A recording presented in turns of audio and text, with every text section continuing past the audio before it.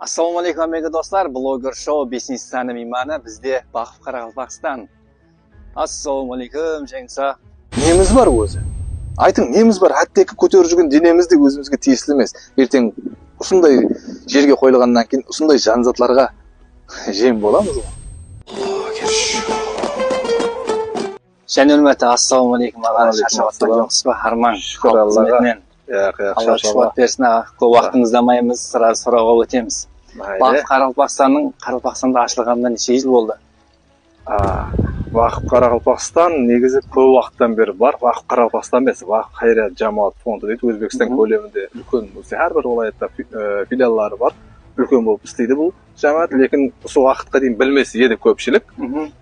Sebebi buning video tarzda xalqqa ko'rsatishimiz olib borilmaganligi sababida aldim. Biroq lekin ko'p vaqtdan beri bor. Ulkan keng miqdorda жұмыс істейді. Qoraqalpog'istonda, O'zbekistonda bor. O'zbekiston bo'ylab bor bu. Qoraqalpog'istonda u hamma yerda bor. Hamma viloyatlarda filiallari bor. Lekin biz 1,5 yildan beri Vaqf xayriya jamoat fondi, biz Vaqf xayr qo'mlik jamiyatlik fondi video tarzda ko'rsatib boru, ya'ni ko'rsatib ishlarimizdan amalga oshirish isi 1,5 yil bo'lganligi sababli xalqning ko'pchiligi yaqinda ochildi deb o'ylaydi bunda.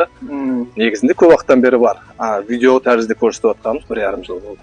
Toshkentda so, bizda hamma yerda video menen is olib boruv yo'nalsa, ya'ni xayriya bo'limi deydi. Ko'rib turmiz ag'a, yana bir imoratni topshirish oldindasiz, o'ng bo'lsin. Shu kunga shegim necha imoratni topshirgansiz xalqimizning mutaxassislariga? 1,5 yildan beri жұмыс істеп boshlag'алы beri aytadigan bo'lsak, vaqtning oldingi ishlagan ishlar haqida ayta olmayman, sebebi undan bexabarman. Juda keng ko'lamda жұмыс ishlaydi u vaqt. Hozir 1,5 yildan beri bizlar Toshkentdan birikkan holda o'zimiz ishlab o'tirgan, ham ularning kelib berib ketgan Qoraqalpog'iston aymog'ina kelib berib ketgan joylarni barlig'ini qo'shib hisoblaganda, Xudo xolasa bu ikkovi bilan 9 joy bor 1,5 yil ichida. Buning o'zi yaxshi natija. Sizga bir xalqimizdan so'rov kelgan, haqiqiy muhtoj inson o'zi qanday bo'ladi? Misol uchun Baqif Qoraqalpog'iston o'zi qanday insonlarga yordam beradi degan so'rovlar. Qarangda, bu juda o'rinli so'rov. Buni hozir men kengmen tushuntirsam vaqtimiz da qolib ketadi. Qisqa tushuntirsam boshqa ma'noda berib ketadi. Shuning uchun qo'ldan kelishga qisqa aniq qilib javob berib o'taman. Kimga yordam beradi emas. Qiynalgan shang'aroqning qo'ldan kelsa hammasini yordam beriladi, lekin hozir kim ta'minlangan deymiz-ku. Kim ta'minlangan deb ham aytib o'rgatib qoldi durust negizida. Ol kambag'al degani emas, haqiqiy aytayin. Haqiqiy kambag'al, qiynalayotgan kambag'al u boshqa shang'aroq bo'ladi.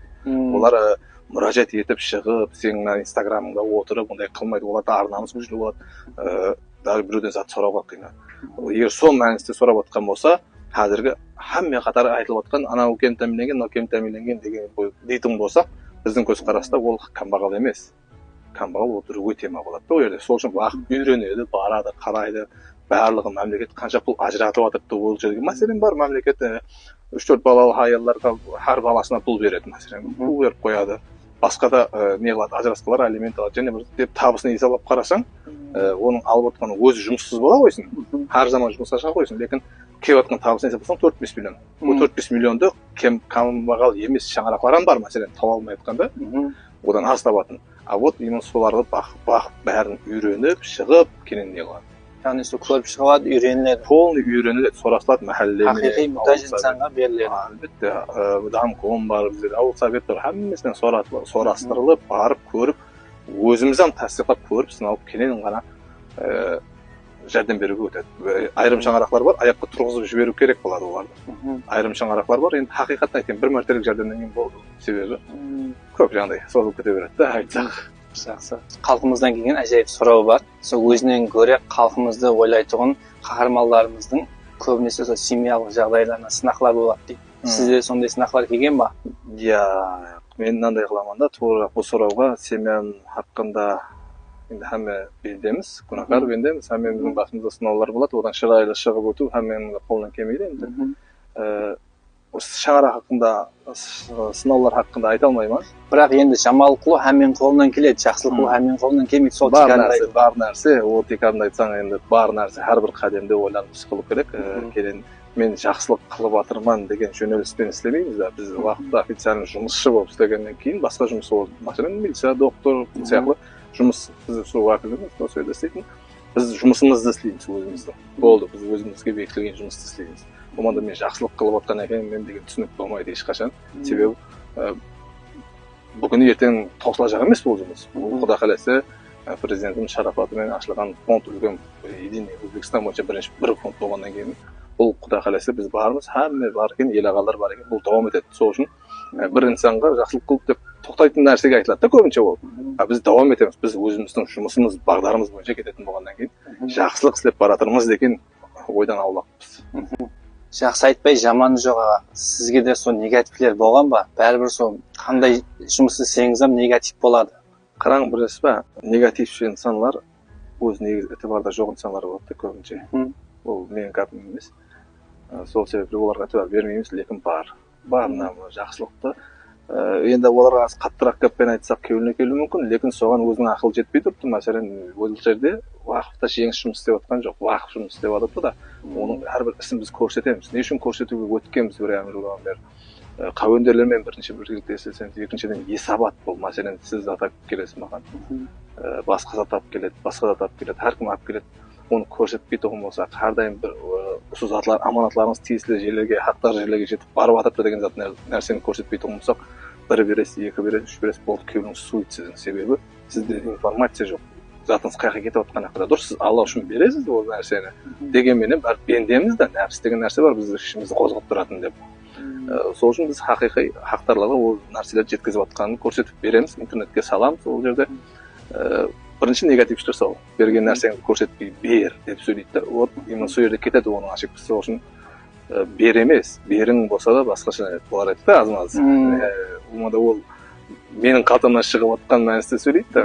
Соның өзінде белгілі, оның не дейді, ой, сана сезімі қайсы атмосфераға қалай кең ойлайды, тар ойлайтын деген дейді. Видео салудан мақсат соны халқымызға көрсетіп беремін, мінекей нәтижесі мынандай болды. Әлбетте, содан кейін қуанады боламын. Хақиқаттан қиналып отқан жерге барған екен бұл. Бір мәрте сол нәрсе ихсан қылған адам екінші мәрте қылады одан кейін. Себебі халықты оятуымыз керек. Ұйқылап кеткенбіз, расын айтқанда ұйқылап жатырмыз. Қазір сонша видеолар менен күнде историялар қойып, ой, үйтің дегеннің өзінде жылап жатырған қаншадан қанша мәселен қиналып шаңыраққа шығарып жатқанның өзінде де елі қалбымыз ашылды деп ойламаймын, ояндық деп ойламаймын ол затқа. Жақсы істі бастаған уақытта әрдайым сынақ келеді. Сізге де сондай сынақтар келген ба? Сұрау бұл. Кім сұрауды жоллаған болса да. Сынақтың түрін айтып өтпейміз, сынаудың қандай сынау келгенін айтып өтпейміз да, лекін сынау келеді әлбетте. Жұмыстан кетемен, бір жылдың ішінде 4 мәрте жұмыстан кетемен дегенмен тұрса да, әлбетте негізінде әркім әрқилы нәрсені түсіну мүмкін бұл жерде да, ондай емес. Негізінде мен ашық айтамын, оны бір мәрте история прямой эфирде отырып айтқанмын. Негізінде өзімізді өзіміз шаршатып қоямыз. Өзімізді өзіміз, яғни осы халық, осы аудитория отырған. Басқа сырттан келіп, я болмаса басқа жерден келіп шаршатпайды. Осы аудитория өзімізді өзіміз шаршатып жібереміз. Өзімізді өзіміз жейміз.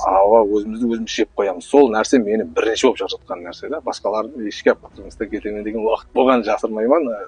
Лекін жаңағыдай өзім ағаларымыз бар, айтады шыда, бұл жолда әркімге де емес бұл жол. Соған шыдағанға шығырған бұны. Бұл сонша халыққа істес оған сәт емес та бұл малда. Мәселен, олар болмасқа бір мәселен müracaat қылады.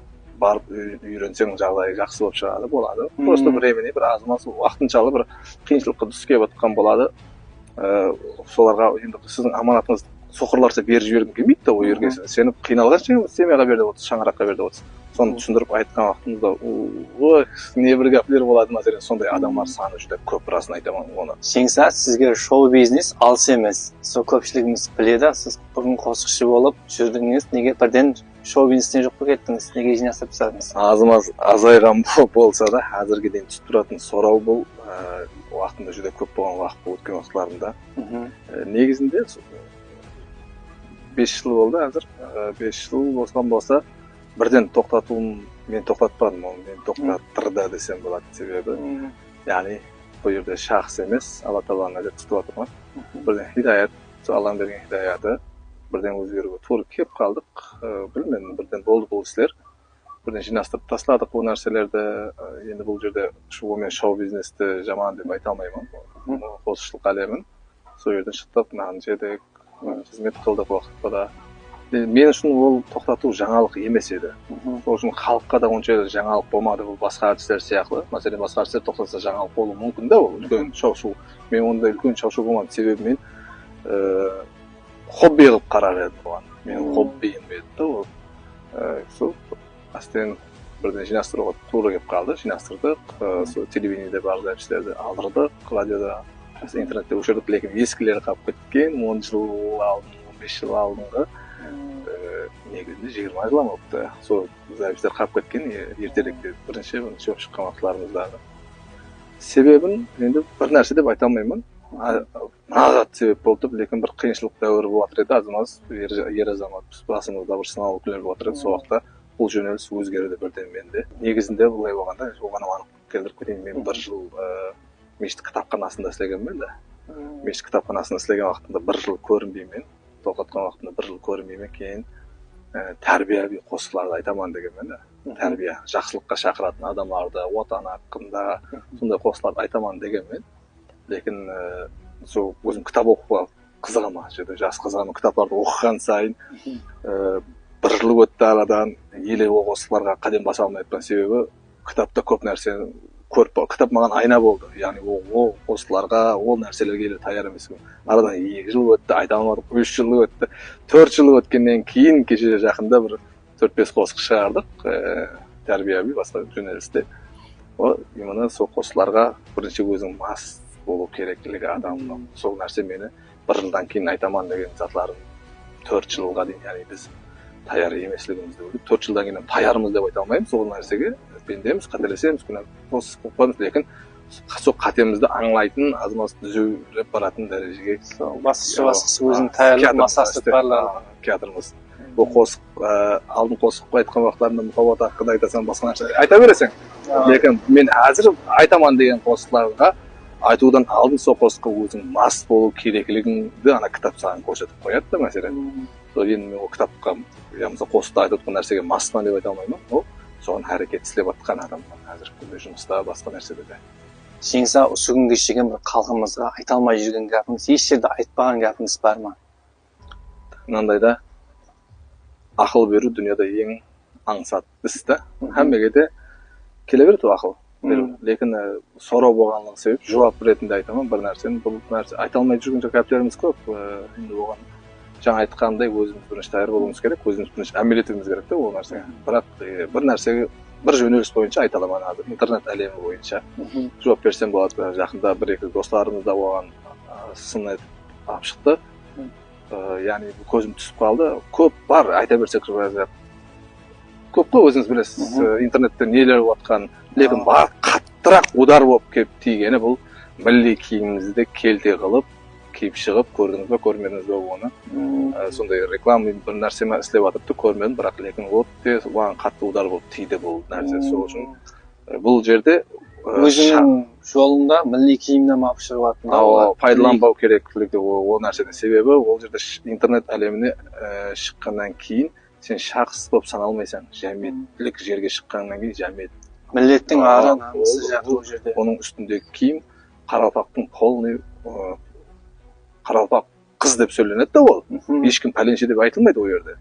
Сондай мәселелерде тіпті сол достарымызға ешкімге бір жаман көріп айтатқаным жоқ. Сәл ер азаматлар болса да, қыз балалар болса да сол мәселелерде білемен енді ол сәл келте ойлаған шығар. Дүнияға таныту стильдер таныту, мейлі таныту, түркмен халқына қараймыз да.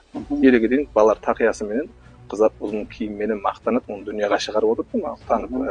Әйтеуір кореец халқы, мұсылман емес, кореец халқынан егер өзінің миллилігін алып шықса, мен өзім Кореяға 4 мәрте барып келген адаммын да. Көп күзеткенмен өзінің кореец халқы өзінің миллилігін алып шығатын болса, бір концерттеріне, фестивальдарына барғанбыз. Сол уақыттарында мен көрмедім. Мен ол жақта біздер шетелдің адамдары болып саналамыз. Ол жақта басқа шетелдің адамдары жүреді, үлкен фестивальдарға мен барғанымда өзінің милли киімін кесіп тастап, современный стиль бұл деп шыққанын көрмедім. Мәселен де мұсылман емес халқың өзі да. Өзінің сол жолында, өзінің таныту жолында пайдаланбайды. Қайта дизайн берілген, форма өзгерілген, келте болып ашылып шашылып жатқан жоқ. Өздері ашық-шашық киінетін халық, оны тана алу керек. Лекін миллилігін көрсеткен уақытында миллилігін кесіп тастамаған олар.